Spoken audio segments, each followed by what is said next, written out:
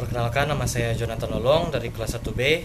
Saya ingin mempresentasikan cara pemberian obat oral dan topikal.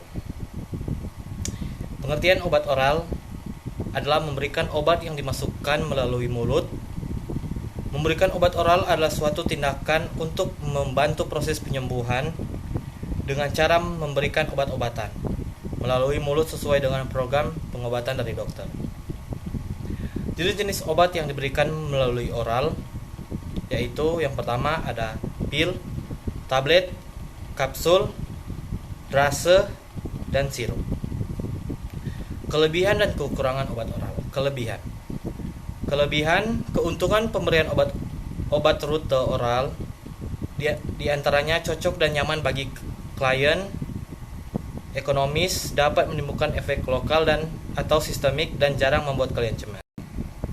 Kekurangan, kelemahan dari pemberian obat peroral adalah aksinya yang lambat sehingga cara ini tidak dipakai dalam keadaan gawat. Obat yang diberikan peroral biasanya membutuhkan waktu 30 sampai 45 menit sebelum diabsorpsi dan efek puncaknya dicapai setelah 1 sampai dengan 1/24 per jam. Rasa dan bau obat yang tidak sering mengganggu pasien. Cara peroral tidak dapat dipakai pada pasien yang mengalami mual-mual, muntah, atau semi koma. Pasien yang akan menjalani yang mempunyai gangguan menelan. Efek samping obat oral. Yang pertama, mulut kering, infeksi jamur dan gusi bengkak, serta peradangan pada garis di dalam mulut, dan yang terakhir luka. Kita lanjut pada pengertian obat topikal. Pemberian obat secara topikal adalah pemberian obat secara lokal dengan cara mengoleskan obat yang berbentuk krim, lotion, atau salep pada permukaan kulit atau membran area mata, hidung, lubang telinga, vagina, dan rektum. Obat yang biasa digunakan untuk pemberian obat topikal pada kulit adalah obat krim, salep, tetes maupun bubuk.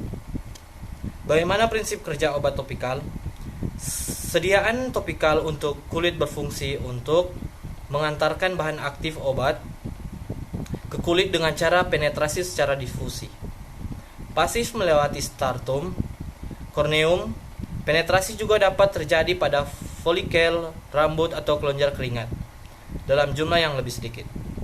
Pemberian obat pada kulit merupakan cara pemberian obat pada kulit dengan mengoles. Penetrasi obat topikal pada kulit melalui stratum corneum, epidermis, papilla dermis, dan aliran darah. Frekuensi aplikasi dan kuantitas aplikasi. Frekuensi aplikasi penyerapan obat. Kebanyakan obat kortikosteroid topikal cukup diaplikasikan 1 kali sehari. Beberapa emollient krim protektif penyerapan meningkat bila pemangkalannya berulang bukan karena lama kuantitas aplikasi penyerapan obat. Faktor lain yang mempengaruhi penyerapan obat. Peningkatan penyerapan obat. Menggosokkan atau memijat folikel rambut, mengecilkan ukuran partikel obat, memperbaiki sifat kelarutan obat, serta memperbaiki penetrasi obat, konsentrasi tepat, viskositas, dan yang terakhir faktor. Kita masuk pada pemberian obat melalui mata. Pemberian obat melalui mata adalah untuk memberi obat ke dalam mata berupa cairan dan salep. Pemberian obat di telinga. Memberikan obat pada telinga melalui kanal eksternal dan dalam bentuk cair. Pemberian melalui hidung. Memberikan obat tetes melalui hidung bertujuan untuk mengencilkan sekresi dan memfasilitasi drainase dari hidung.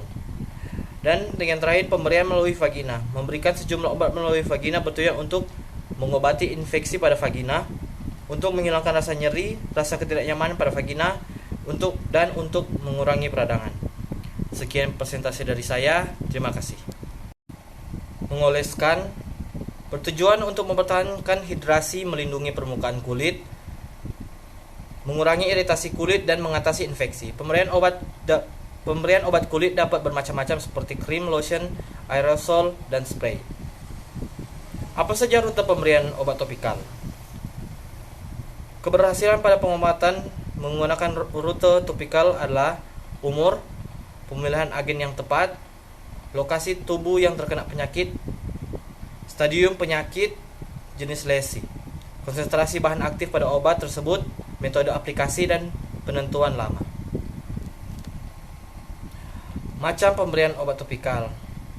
Pemberian obat topikal melalui kulit memberikan obat secara lokal pada kulit dengan tujuan untuk memperoleh reaksi lokal obat tersebut, mencegah dan mengobati penyakit, mengurangi rasa sakit di daerah tersebut, dan menghilangkan rasa nyeri.